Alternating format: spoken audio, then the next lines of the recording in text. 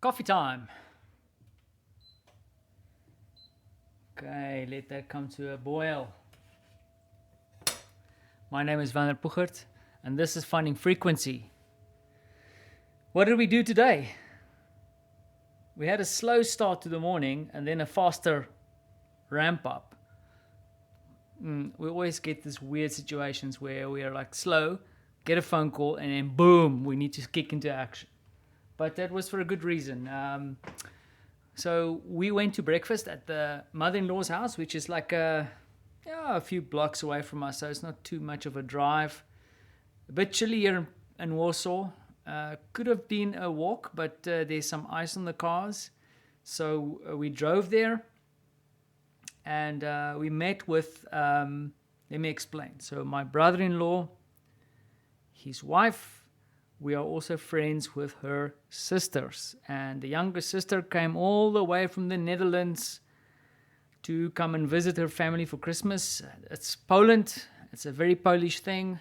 People spend together as family. So I don't think the government expected to be able to stop that. It wasn't stopped. But people do come to Poland to spend time with their family. So there's an influx. They actually chose to drive. So her husband, the sister, Justina's husband, is a Dutch guy, Thijs. Cool people. And I found out a day or two ago that they are expecting their first child now. Young married couple. We were at the wedding last year. And so they're expecting a little boy, apparently. So a very, very young friend for France on the way. So that is cool. What also is cool to meet with Thijs is that here and there I can use an Afrikaans word, my home language, which I miss dearly and actually find difficult to speak Afrikaans. Had a phone call with a friend in Belgium recently. She's Afrikaans. We spoke Afrikaans, but at some stage I find myself always flicking over to English to try and express myself more. I do think in Afrikaans though. That's the funny thing. My thoughts are very Afrikaans.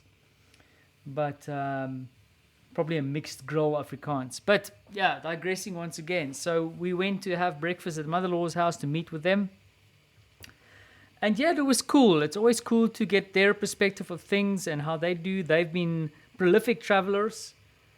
That has also been put to a stop. But also I think for them it worked out well because they are starting their little family. So travel is probably not on the cards anyway, no matter if there's a pandemic or not. And I like meeting with them. They progressive, open-minded folks, always having fun, but then with a definite Polish tint to it. I mean, Justina is Polish, so it's cool. It's a good mix. Gives me hope for the future of youngsters from Poland because, if they represent the future, then I'm stoked. Not that I'm that old, right? Cool, but also what's interesting is that they're also approaching. Oh, it's happening. Let me get a cup. I mean, I'd like to drink it right out of the... I think I'll have my Batman cup today. Yeah. Remember, always be yourself. Unless you can be Batman. Always be Batman.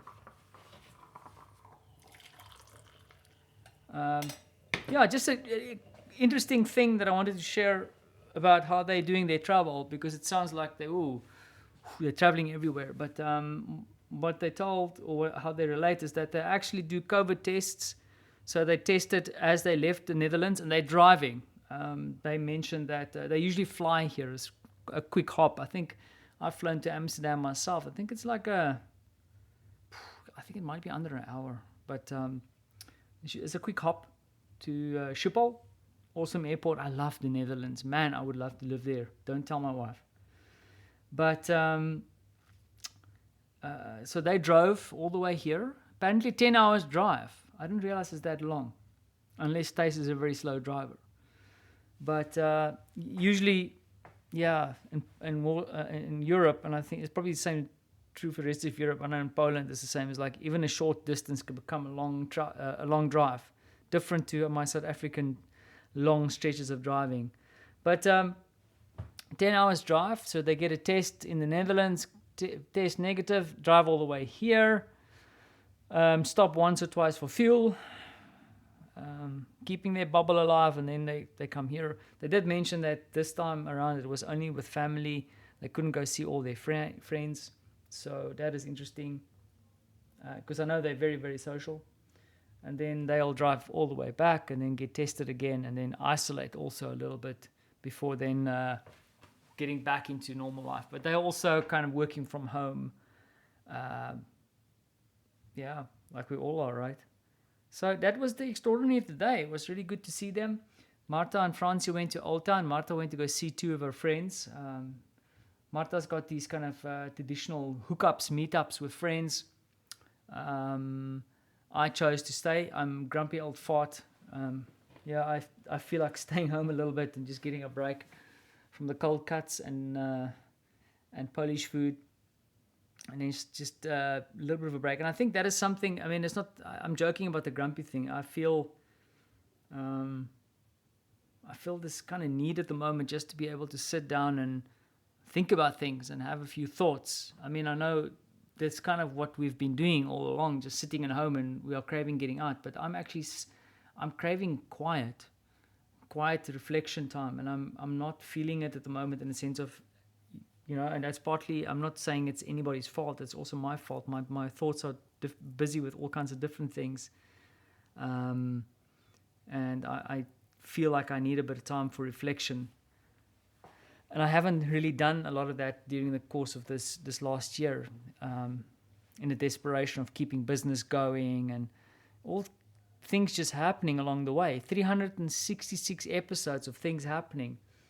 And even though some of it is not a lot of activity as we are all locked down, I don't think I've spent a lot of time really reflecting and thinking about things. And that's what I miss a little bit about my family in South Africa, because we are active people who like to go and visit and hang out with people. And like my parents also did, my mom went to visit my aunt in Betty's Bay. They had a beautiful dinner together, which would have been with me there if it wasn't for a virus.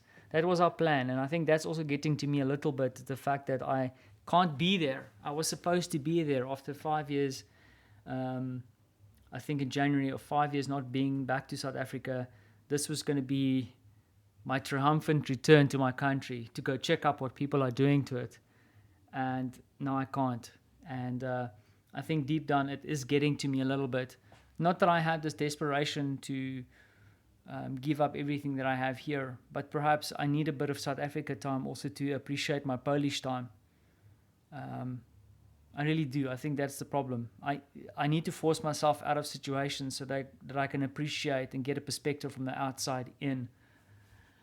And it's kind of twofold for me. It's also missing friends and family, being able to reconnect with people and having real conversations with people who know my history and know a lot more about me, and for me to connect with them again.